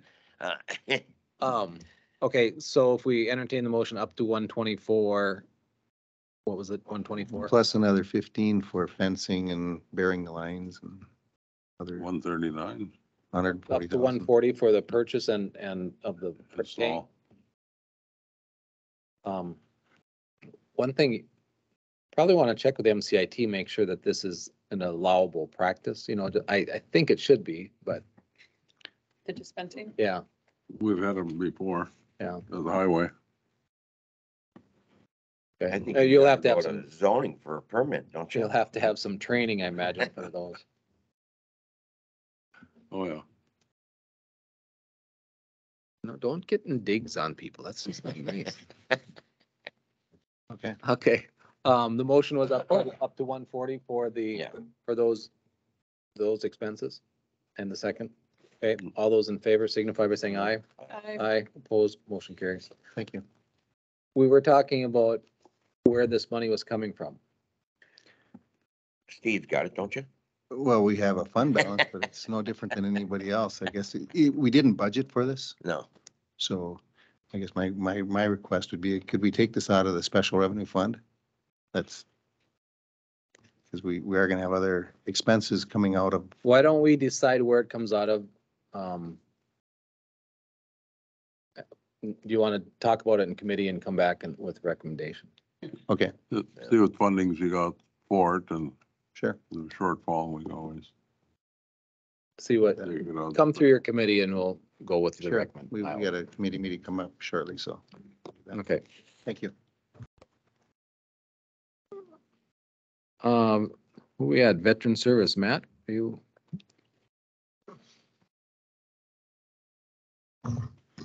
Good morning. Morning.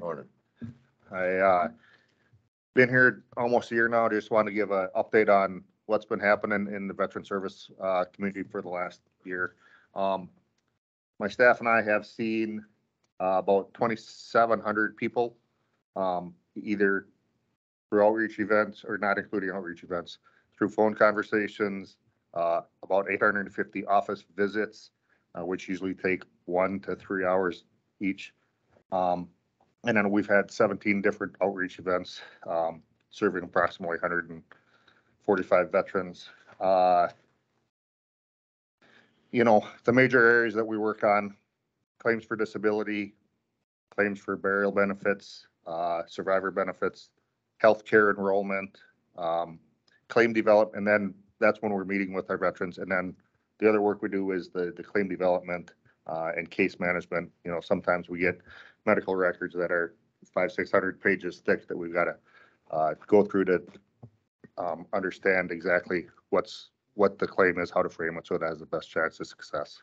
And then, of course, we've had lots of new people in over the last year, so we've done a lot of training and continuing education, which we need for our annual recertification for accreditation.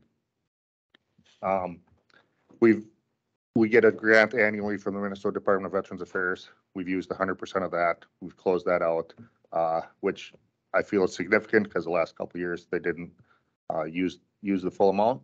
So I feel like that was a win for me, not fully understanding how it works, but was able to do that. You know, and then, you know, the value that we bring to the community is, and I only have the statistics from the federal side, but in fiscal year 22,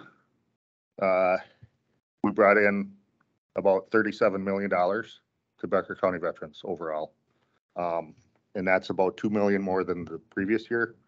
And I expect it to go up probably significantly more next year, just due to some of the legislation that got passed last year as well. And that's about almost 17 million in compensation and pension, about just under 20 million in medical care, and then, you know, slightly less for education, vocational training and employment things. You know, as I mentioned, we trained in 3 staff. One of them left after a short time. I've got a new assistant veteran service officer. She's doing a great job. Just hit her 6 months and happy to have her with. And we've been fully accredited with the Minnesota Department of Veterans Affairs, the U.S. Department of Veterans Affairs, and several other veteran service organizations. And that's important because we work with their claims representatives as we build disability claims for veterans. You know, I've initiated some outreach events, and not quite monthly newsletter that goes out to the veteran service organizations, and I'm trying to build up an email list of our county veterans. And I've started some social media, a page that, obviously follows our new policy, but try to get words out about things that are going on, and I'm trying to build a little bit of a network for those veterans that need things like can't plow their driveway, stuff like that, to see if we can link up those veterans with their volunteers that are willing and able to do something.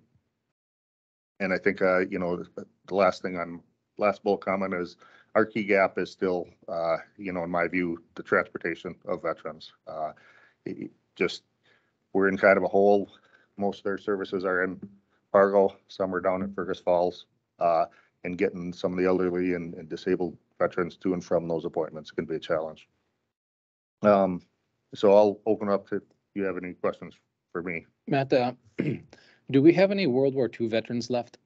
I think Clay County has one or two. I don't believe we do. I'll have to double check. I was just Matt. curious, I think I just saw, wasn't it Clay had it was 100 birthday. Yeah, dad- most of them are gonna be over 100. Yeah, my dad is 99 and he'll be 100 in his next birthday, so he's passed away, obviously. But my mom's still living, she. Okay. 94. Okay. Don't cross her. She was at the Lake Park City Council meeting complaining that they were talking about reducing or eliminating the meals at lunch for she didn't tell me about it. Still hasn't told me about it. Okay. Anything else, Matt? Any questions for Matt? No, I think That- keep Thank you, Matt. moving Yeah. forward. Thank you, Matt. Assume you want to be next. Good morning. The first thing on the agenda is with regards to the Veteran Service Officer and the plan that Matt had requested. He will be going on deployment for a year, roughly a year, in 2024.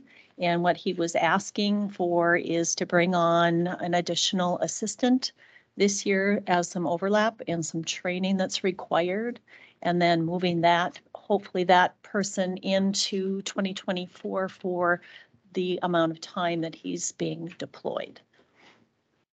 I did bring this to committee. I know there were some questions that were brought forth as far as the amount of overlap for the training that Matt had requested for that position.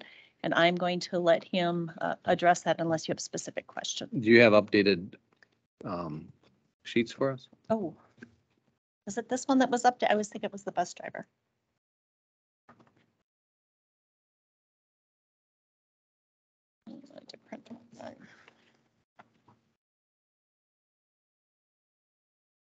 Well, 24, it's just a little bit hard to understand in the packet what the cost would be for current year and next year, so. Okay. Yeah, I did send that message through to Tanya, and it's the one that you have.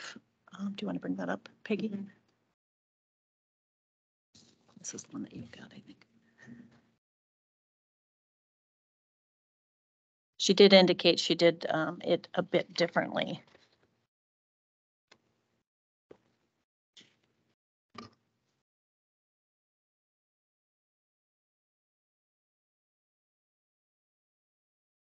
So the request is, now, I don't want to ask questions. I mean, you mentioned that you're being deployed.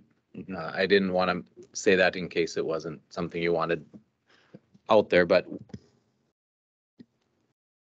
we're talking about hire dates for the temporary assistant and the overlap. So I think my question is, it was a 6-month overlap, seemed a bit extreme. Right. So, Mr. Chair, to address that, first of all,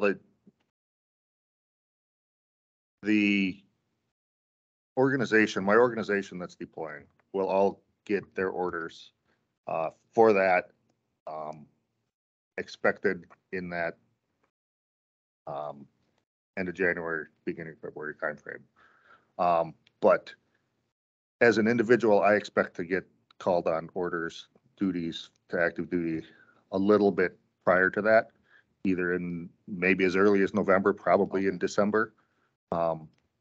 And just the way that timing works for some of the training that's done and some of the key conferences that are held.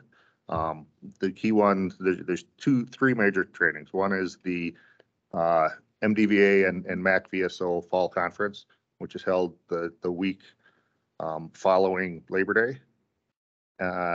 And then there's a stage 2 training that's a week long that they have to, whoever, would fill this position to get accredited would have to go through with Minnesota Department of Veterans Affairs. That's a separate thing. And that's in the fall. They don't have a date yet set for that.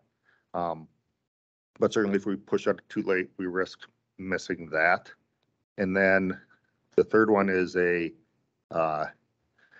organization called the National Association of County Veteran Service Officers, has a basic benefits course that's held twice a year, November and April. So I would want, ideally, of course, in an ideal situation, I'd want my backfill to come in and be able to attend all three of those, the best serve our veterans. Otherwise, there's going to be a gap Right. after I leave. And So you think probably in late July, August hire date would be I would think, doable? I think we talked maybe August 15th, if would be ideal. That way we get them in here, we are able to register them for the fall conference and then get them started to get in our training. So what I kind of don't see in our screen here is what the overage is for the fit financially, what our overspending would, with the I overlap. think as far as my overall budget, I don't think this would put us over. You can do it within budget. I believe so. For 2023. For 2023 and then for 2024, Yeah, 24, I don't see. it's going to be a wash. Yeah. I don't have And maybe 25 there, we'd have to address that in next year's budget. Well, yeah, that we But can, that'd that be will work. very short term. for that one. That's not a concern, but it's this year's budget where that gap, how much gap that would be. Yeah. I mean, we have to do this. It's just what time do we want to start that position is my. And could we start it maybe at that August timeline, but maybe part-time for a short period?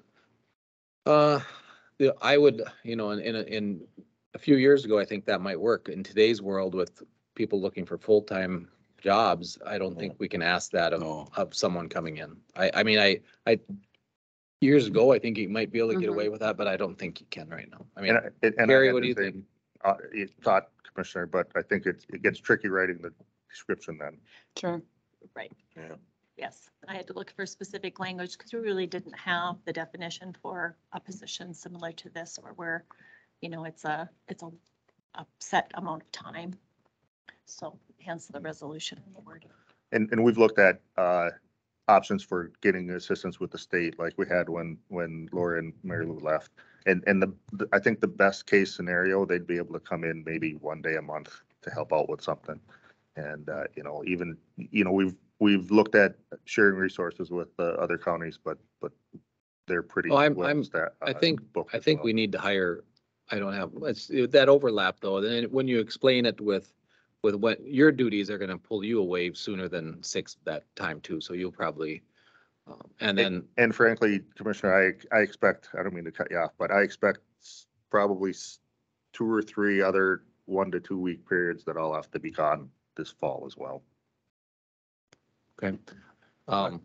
Mr. Chair, after Matt explained the coverage, I guess I'm a little more comfortable with that I was in finance, so. Yeah, and Matt couldn't make finance, so unfortunately we didn't get that discussion prior. So along with that, on motion to approve 2G. Okay. Second. Motion and second. Get to the.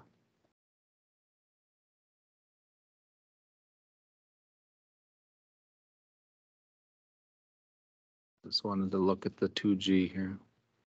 There it is.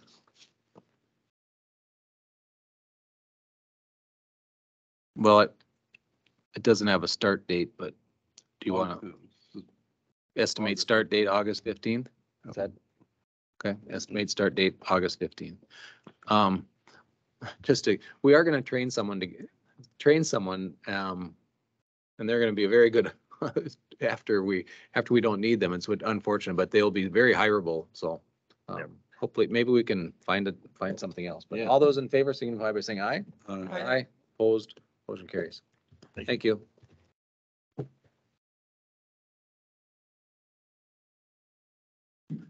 Excuse me.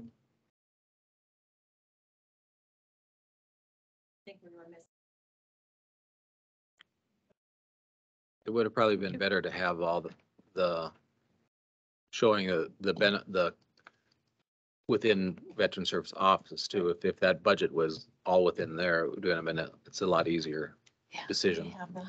I was thinking Kevin was going to be here, but I guess he's probably driving the bus. So what his request was to convert a part-time to a full-time bus driver. When he did the analysis on positions that were allocated within his department already, he has a vacant 0.6 that's already currently that's not filled, as well as one of the issues that when we're hiring the part-time positions in there as well, they come in part-time, but they're very limited in the hours that they're able to dedicate to the bus driving. So when we looked at it, he has the 0.6 position open, and then for the part-time positions that he already has that he's filling, he also has roughly about a 0.3 in hours left over within his budget. So that brings it up to within his budget of the full-time position, the 0.9, under 10% or roughly 10% short. So what he's asking for going forward is to combine all of that for a full-time bus driver in the hopes that we could advertise and then move this position forward. We did have success when we advertised the last round for the full-time bus driver. And then I believe what he was told was to bring it back and request the second one. I think part of it is, he's been missing part-time drivers for quite a while. And he just can't hire any, but he's got little interest in a full-time position. So Correct. not saying he won't continue to look for a part-time to help fill in. Right. I think the demand there, and he's spending more and more time, his time in the He's bus. spending an where he shouldn't be. extraordinary amount of time in the bus. Yes. And this went through transit, obviously. No. Here, I'll move resolution 2F. Motion by John to approve 2F. Second. Second by Richard. I would imagine this is going to fall within budget just because of the fall within budget for 2023. 2023. Because That's my of the understanding. vacancies. But for 24, we'll have to acknowledge that there'll be a slight increase in the overall Correct. salary. Correct. And with the benefits as well, but he's also had some, positions that have been, underfilled. I think looking at some of the legislation that's passed on budget, they're taking a little away from Metro Transit and transferring it to Greater Minnesota Transit. So we'll probably see a little increase in our Ridership. With fun, more funding, more routes, more drivers. Did we vote? All those in favor, signify by saying aye. Aye. Aye, opposed, motion carries. Thank you. Thank you, Carrie.